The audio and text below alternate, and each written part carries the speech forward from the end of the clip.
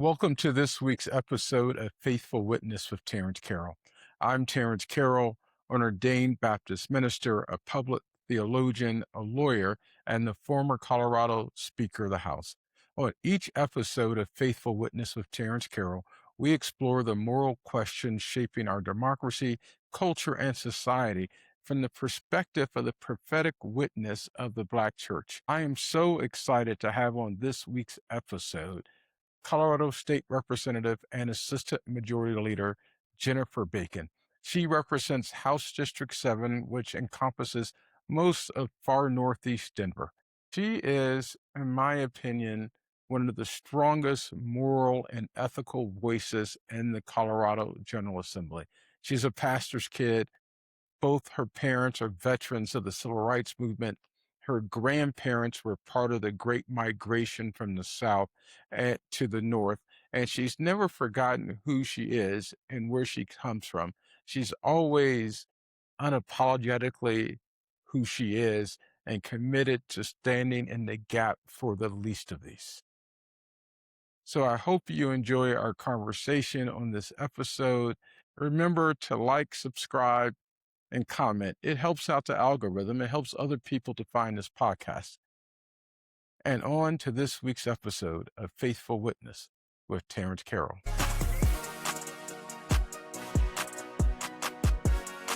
I am so happy to have on the Faithful Witness podcast today my friend, Representative Jennifer Bacon, the Assistant Majority Leader. She represents perhaps the greatest House district in the history of House districts in the state of Colorado, House District 7. From House District 7 has come a Speaker of the House, a Senate President, another Senate President. So you know that she has big shoes to fill as the Assistant Majority Leader. And the word on the street is she might possibly be the next Speaker of the House of the great state of Colorado. So, ladies and gentlemen, as we say in the church, I present to others and I introduce to some of you Assistant Majority Leader Jennifer Bacon of House District 7 in Northeast Denver. Welcome, Representative Bacon. Can I call you, since you're my friend, can I call you Jen? Yes, you can, Emeritus Honorable Esquire Superintendent Bishop Carroll. You got all the trash talk today. You got all the trash talk. I'll do it one time, Honorable. Interestingly, I was asked, because I have to give a speech somewhere soon, and they were like, how do we introduce you? What's your title? Because it's at church. So I actually Googled, how do you appropriately reference the former Speaker of the House who's also a preacher? And it's the Honorable former Speaker, the Reverend Terrance D. Carroll. And you don't have to put the Esquire in there either? That's an option, but I left it off. That's an option. I left it off. I felt like there was way too many titles. Where we're still paying for these debts, which is part of the affordability crisis, you should let everybody know you're an Esquire. You know, I feel like it's too much. It's okay. Too much. Okay. It is little. Awesome. It is a little too much. I don't want to do that.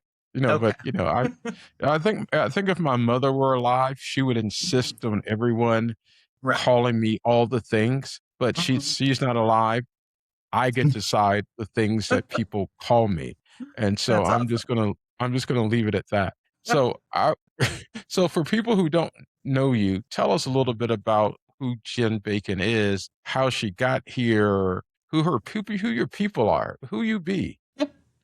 Well, I figured since I'm talking to you on how I got here, so I represent the same side of town you hail from, but what's really important, I think, about our district in HD7 is its legacy, particularly in the Black Denver community. And so I'm a kid who moved here from elsewhere. I was raised in South Florida, but I moved to Colorado because my mom moved here and she retired to Boulder with my stepdad. And both of them grew up in Jackson, Mississippi. Now, originally, I didn't know much about Colorado. I don't think I was really interested in moving to Colorado. If you're born and raised in Miami, kind of spent time in Louisiana and DC, you're like, what's in Colorado? But I came here chasing a job in the Obama administration. Can we all just take a moment for the Obama administration? Yeah, I wanted to Right. work Yeah. for the Do we need Department to of Ed, Office of Civil do we Rights. need to pour one out? Do I need to pour some of Just, my tea out for the Obama administration? I mean, and so I was chasing a dream job. It was to work for the United States Department of Ed's Office of Civil Rights.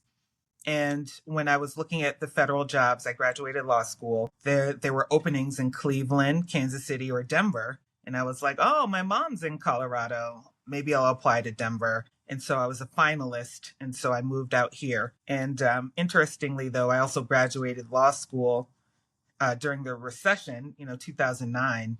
And the minute I made the move and we're all about to get the jobs, it's like, never mind, there's a hiring freeze, a federal hiring freeze. And so I just stayed here and found things to do. And 15 years later, I'm in the legislature. But naturally, when I was looking for a place to live, I initially stayed with my mom. I moved to Boulder. I'm like, this is too far. And it's also Boulder. Like, props to Boulder. But, I when won't I tell found Junie things to Joseph do, what you said. she knows. We had this whole conversation. I'm like, girl, I'm knocking on doors because I still have people in Boulder. My mom, really got civically engaged out there. But when I found things to do, just following my path, which, I'll get back into, really wanted to do community work. I worked in education. What was interesting to me at the time, having had been a teacher and a new lawyer, I wanted to work to end the school to prison pipeline. And I found the Black community, and it was in Montbello. And so the first place I moved upon living in Colorado was in Montbello in the Black community. And I've been here ever since. And so that's why I now live in HD7. And so I moved and, staked my flag in the far northeast of Denver. And I've been doing community work or working in schools or trying to bring people into education for the last 15 years. And this community has been really good to me. This community gives me all my political confidence and bravery that kind of really ties to my own values. And so I am who I am politically because of this neighborhood in this district. And so, ... to the next series of your questions. So, moving to Colorado, House District 7 has certainly become my home. And so I do all that I can to really be a good steward and an example for my neighbors. Mm-hmm. Thank you. We followed a similar path because when I first moved to Colorado, I lived in Boulder and I didn't really Mm-hmm. know there were Black folks in Colorado. I knew there were Black Mm-hmm. people, I guess, but Mm-hmm. the only thing I really knew about Colorado and Boulder was Mork and Mindy, because Mork and Mindy, that TV show from back in the late 70s, early Showing your 80s. generation.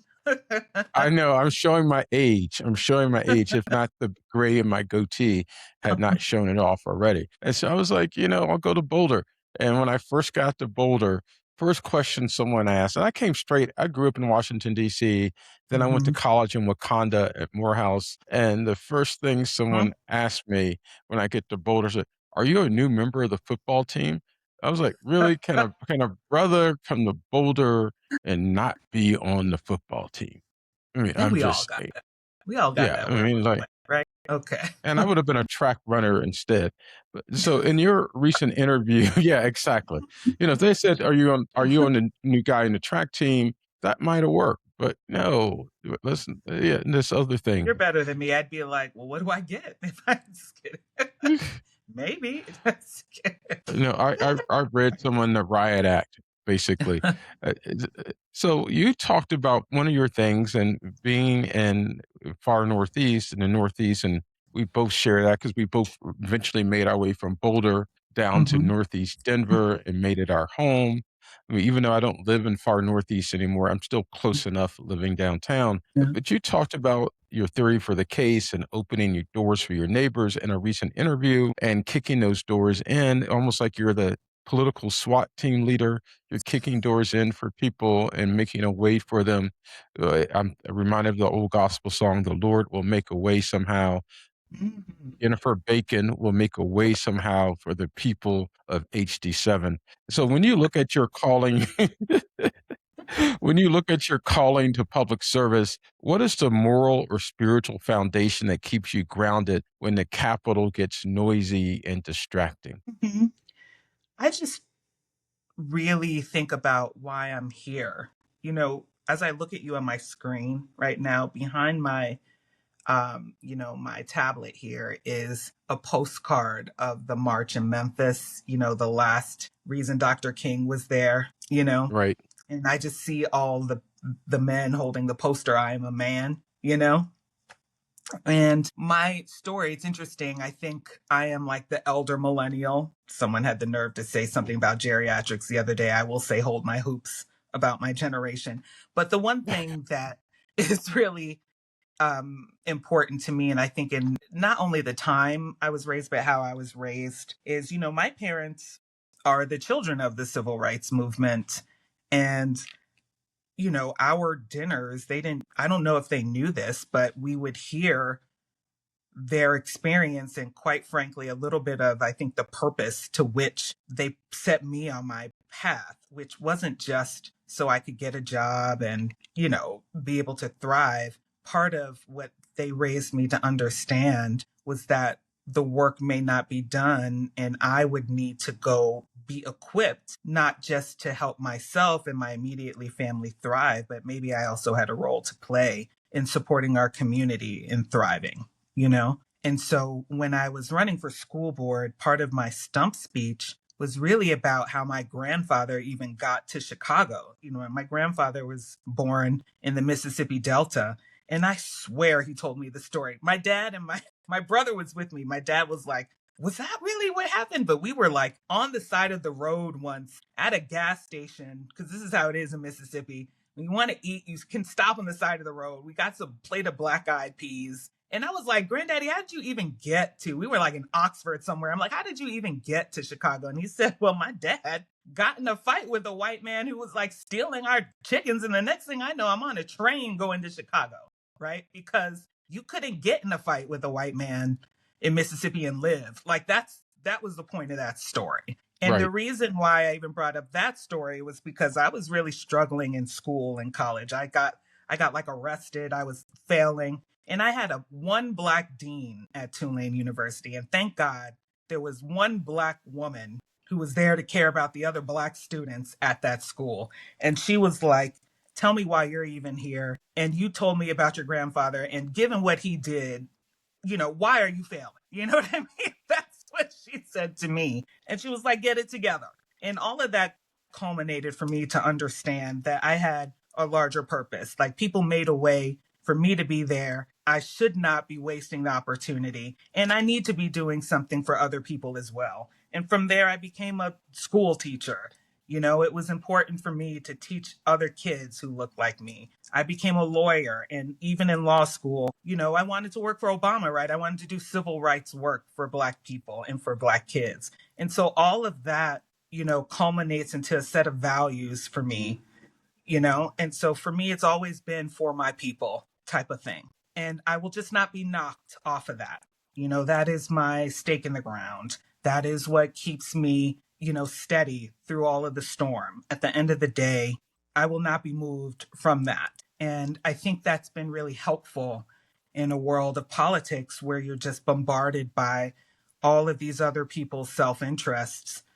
If you just have a sense of what you're there for, it helps, you know what I mean? Part the sea, I don't know, is the Bible, right? It helps you understand and it helps you weather the storm. And that's all I can do. The other thing about politics is you start realizing out of all the things that you're hit with, what are the things you can control?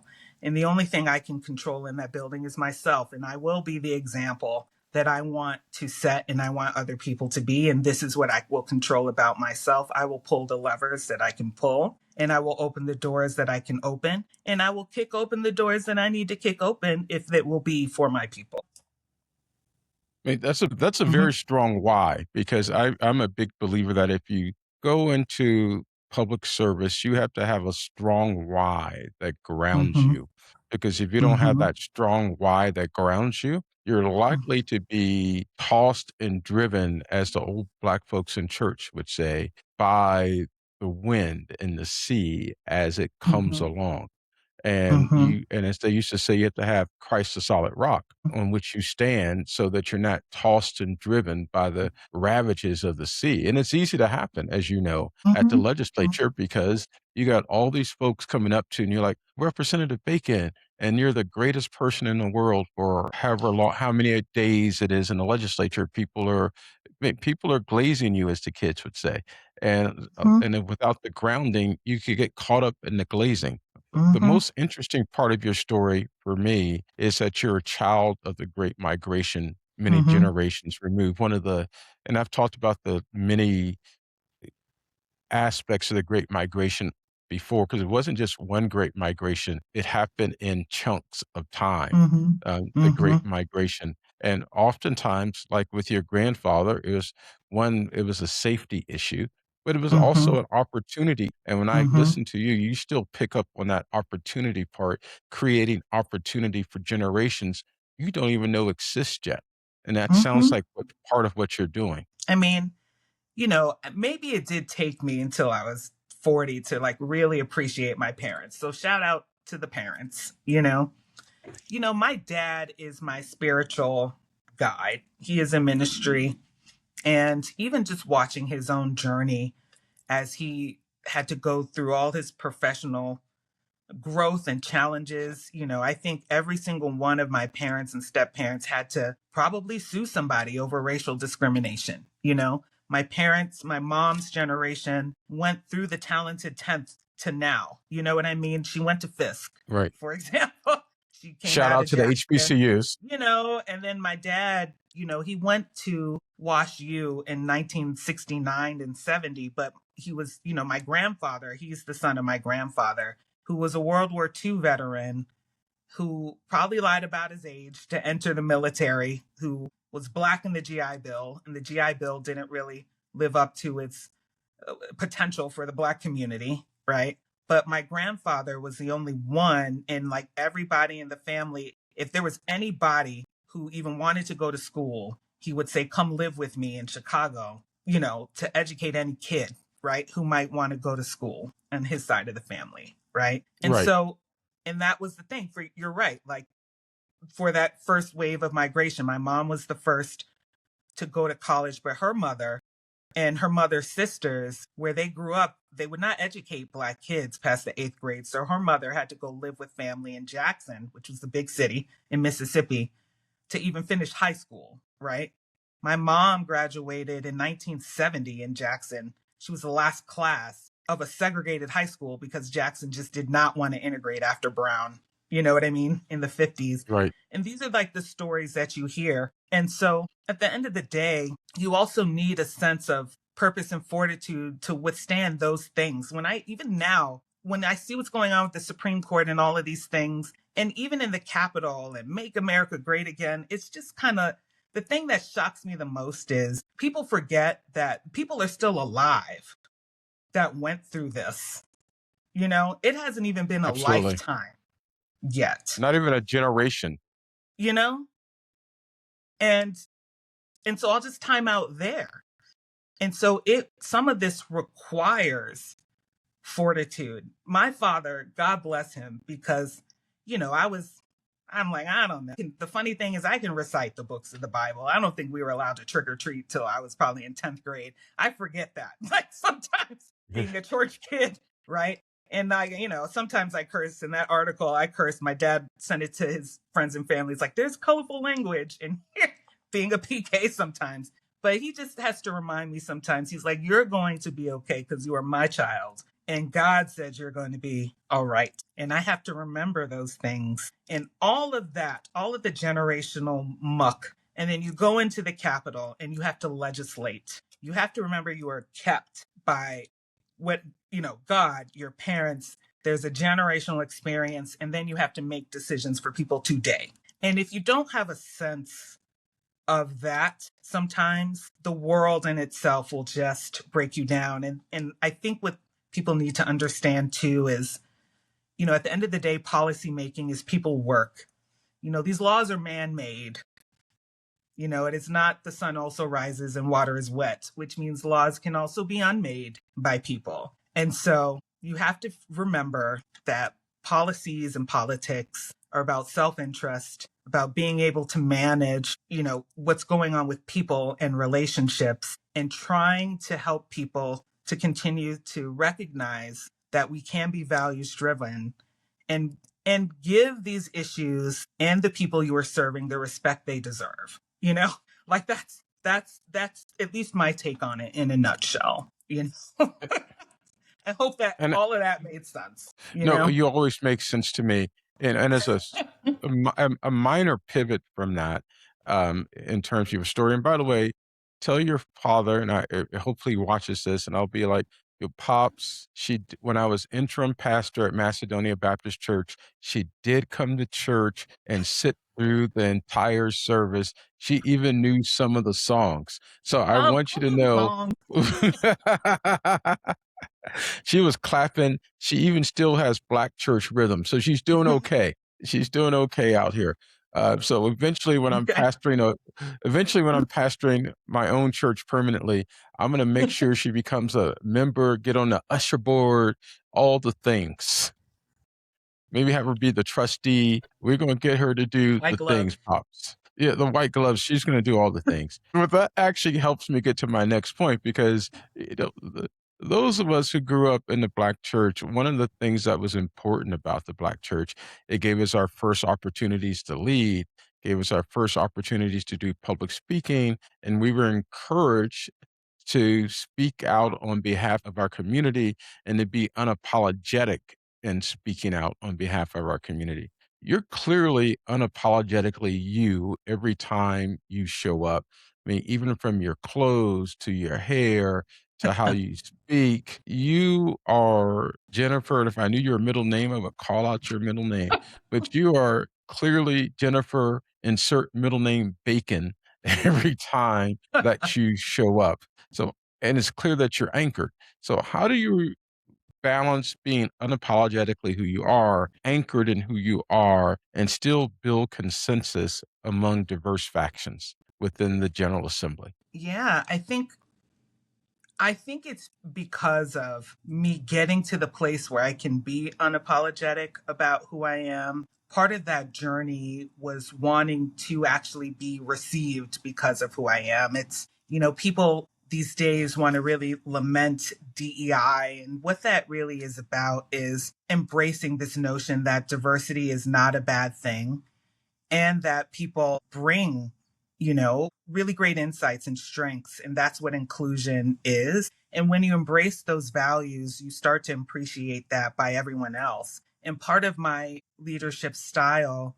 is what I call, it's like asset driven thinking and leadership. It's meeting people where they're at and understanding everyone has something to bring, and everyone's communities also are unique and perhaps should be celebrated. One of my favorite things to do are to actually visit the communities of my colleagues on the other side of the aisle. And I go just like this. And you know what? People usually don't have a problem with me showing up authentically. They just want to be seen and received as well, And once people understand that they too can be seen and received, guards do come down. And I think that's where you can find the consensus. At the end of the day, I walk into space telling people who I am, but also letting people know the things that I know I'm not and the things that I might need from them, And I do hope that we can maybe start getting back to ourselves that way, at least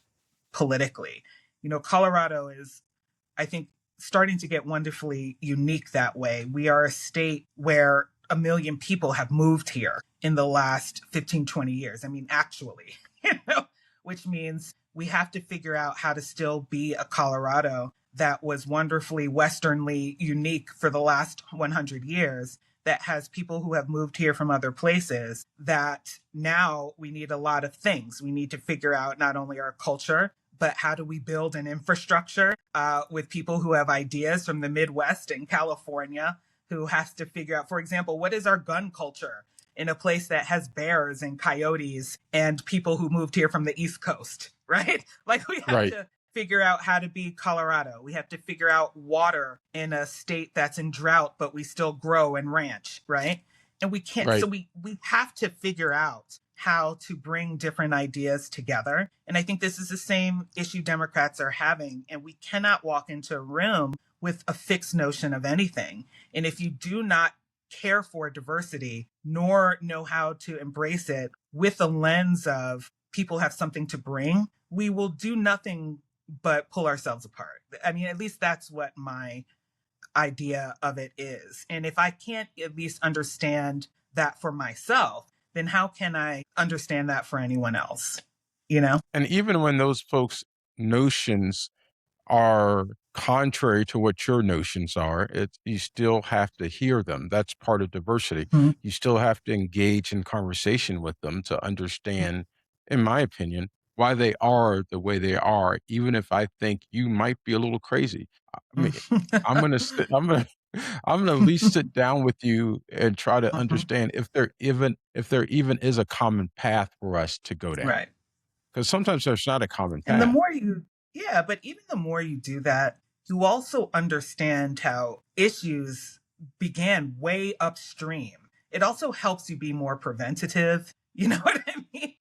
It helps you understand things that you can prevent them in the future as well, you know? And I think a lot Right. of the issues that we're even dealing with now are symptoms. I wish we could have stopped them way upstream because some of them saw some of our issues that we're having today way a couple of years ago that people also did not have the courage to confront and stop. You know, that's another issue. Right. But here we are. The Yeah. legislature is clearly, especially the House, is Hmm. bordering on the edge of a supermajority. Yeah. And I served in the legislature for my first 2 years where the Republicans bordered on the edge of a supermajority. It was not fun because they just used power for the sake of power. And Yeah. really, we weren't included in many of the critical conversations. Right. Assuming you are elevated to Speaker of the House, how Mhm. do you maintain those values of diversity and looking for the common good and that common road that you can travel on when you have a supermajority and then you have Mhm. a Republican minority or nearly a supermajority, and then you have a Mhm. Republican minority that also has some folks with some pretty strong ideological bents that are completely opposite of your most liberal, progressive type folks. You know, I mean, first I want to say that the spread of Democrats, even though we have Big Ten, is not new. You know, we've always had moderates and progressives for a while. You know, I think that just generally comes. I think the challenge of having big tents are when you start losing focus of what you're there to do. And sometimes I have to remind people of things like we have to go to the metaphors, right? The tent, Right, the poles are the poles that hold up the tents are your values, and the canvas of your tent is your agenda. And I think that's what we need to do, right? We need to remind ourselves why we are all Democrats, because we do have values that align us. You know, we do solve problems inclusively. We do believe science is real, right? We do believe in certain things despite our spectrum, right? And our right, agenda is something that can unite us right now. You know, despite whether we are a moderate or a liberal, we still have real problems we need to solve. People need to be able to better afford things, right? People need to feel safe in their homes, right? We are in drought. We need to figure out our electricity capacities. And so when we have a space where we can recognize that we are also still the governing party and we can prioritize some things that are real regardless of our ideologies, we can at least begin to focus our work and we can start from there. Because when we don't have an articulation of our values, I think this is what happened to us. Other people can start sneaking in and telling us what they are and start financing them, right? And then pushing us into camps. And then when we don't have a sense of an agenda, other people can start sneaking in. And I think that's kind of what happened. You know, when I first came into the legislature, we were about 40, 41, 42. And people didn't even know my name. It was like, your job, HD7, is to vote for the things that'll move us in the direction we need to go, where other people may not be able to vote for it. You know, we were at COVID, right? We had just experienced a shooting in Boulder. We knew it was our job to govern. Some votes might have been hard for some people, but we knew we had to keep people employed, right? We knew we Right. had to keep children fed. We knew we had to keep people in a place where they could feel secure in going to a grocery store, you know? And maybe some districts, some people might be recalled over a gun vote, but there were districts like mine where that is not a question, but that's where we needed to go, right? And those are some of the things that we need to get back to. We are in an affordability crisis. We have people who are afraid to go outside because there is a president who's just going to look at their skin color or an accent or the way they dress and feel like they are a criminal. You don't need to be a moderate or a liberal to address that. You know what I mean? And in the meantime, even the people across the aisle have the issues that we are scared about too. Our ranchers or growers are dealing with these tariffs. Everybody's trying to figure out what to do with a quarter inch of water. You know, we have problems we need to solve. And as much as people might want to talk about, you know, if whatever, like in the whatever of the most extreme conservative things, I do know that the people on the other side of the aisle are still people who are trying to grow food and feed the rest of the state, let alone the country. And guess what? We all care about water access and water quality. There is still something that we can all work on, you know? And that's going to take some of us to remember. And the thing that bothers me the most about the other side of the aisle right now, at least those that are leading in DC, it is not kind of like the far reaches of the ideology. It is that they are not equipped to lead. It is okay to be a podcaster with these ideas, but they have to govern right now. And that is not what's happening. And so at the end of the day, there is plenty of work to do. So we can be Big Tent all day, but we can remind ourselves and ground ourselves in the work.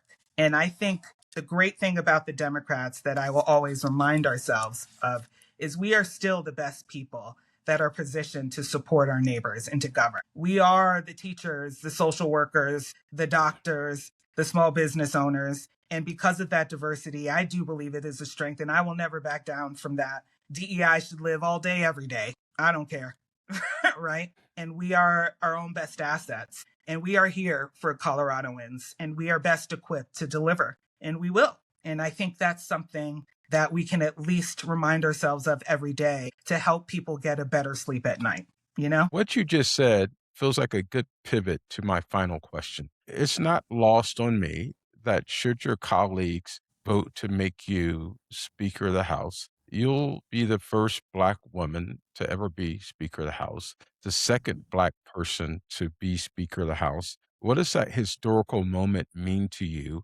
And what standard do you hope to set for the next generation? You know, this is something that's really important to me. You know, when you walk around the Capitol, you don't see faces like ours on the walls. And it really matters that they are there. And the fact that they are not there is also really important for a moment like this, because it reminds me that in order for our faces to be on the wall, when the opportunities come, you have to seize them. You know, you have to think about, quite frankly, when the moment comes, what will you do? Right? Will you feel like you're an imposter? Will you take any opportunity to explain to people why it's important? And also, I think about all the times maybe when there wasn't an opportunity and if people didn't take it and what was on their minds as to why as well. And so for me, I think about it in two ways. You know, there is a notion that I may not be speaker, but the fact that I did not fight for it is also important too. And so the fight for it means a lot for me, that there is an opportunity to put another face on the wall, because the people who come after, I know just like me, will be looking for it. And it will be a driver and a motivator. There is no point in time that when I'm in the Capitol building, I don't point out to everyone at least one of the most conspicuous faces, which is the Barney Ford stained glass window that is over the house. And I pointed out, because it is only one, but it is also so important, the work that he did. And so I think that what a face like mine means is it means that the state of Colorado can truly live up to its potential. And I also think a face like mine can really let all the people of Colorado, let alone the little Black girls and the little Black boys, know that there is room for them. I think also what a face like mine represents is, sometimes people want to just say a phrase like, just because she's Black, but they don't understand what a phrase like just because she's Black means.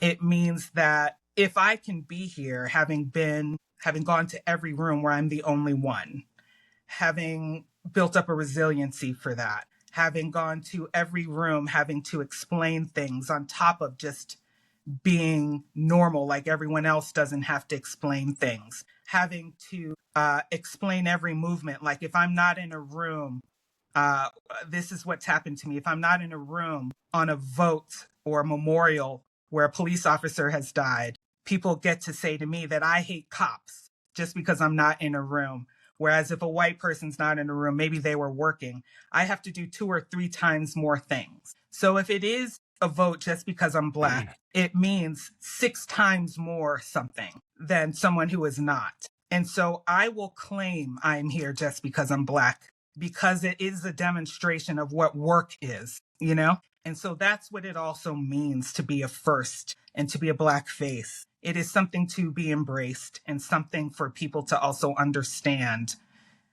beyond just a word, right? A presence really matters, and a presence really understands that a door is now opened. Perhaps it had to be kicked open, but it means all of these things that I just shared. And so for me to pursue it as well is so much more than, Jennifer Bacon wants to be speaker. Jennifer Bacon does want to be speaker for her district, her neighbors, her colleagues, the state of Colorado. But she also wants to be speaker to be an example for all those things she just shared, and everyone who might walk into the Capitol to see that example, and for all the people who come after, who might want to understand what it means for her to be there, or who might want to pursue the same position where they thought personally they could never because their skin looks like hers. This I hope seems like that a made good sense.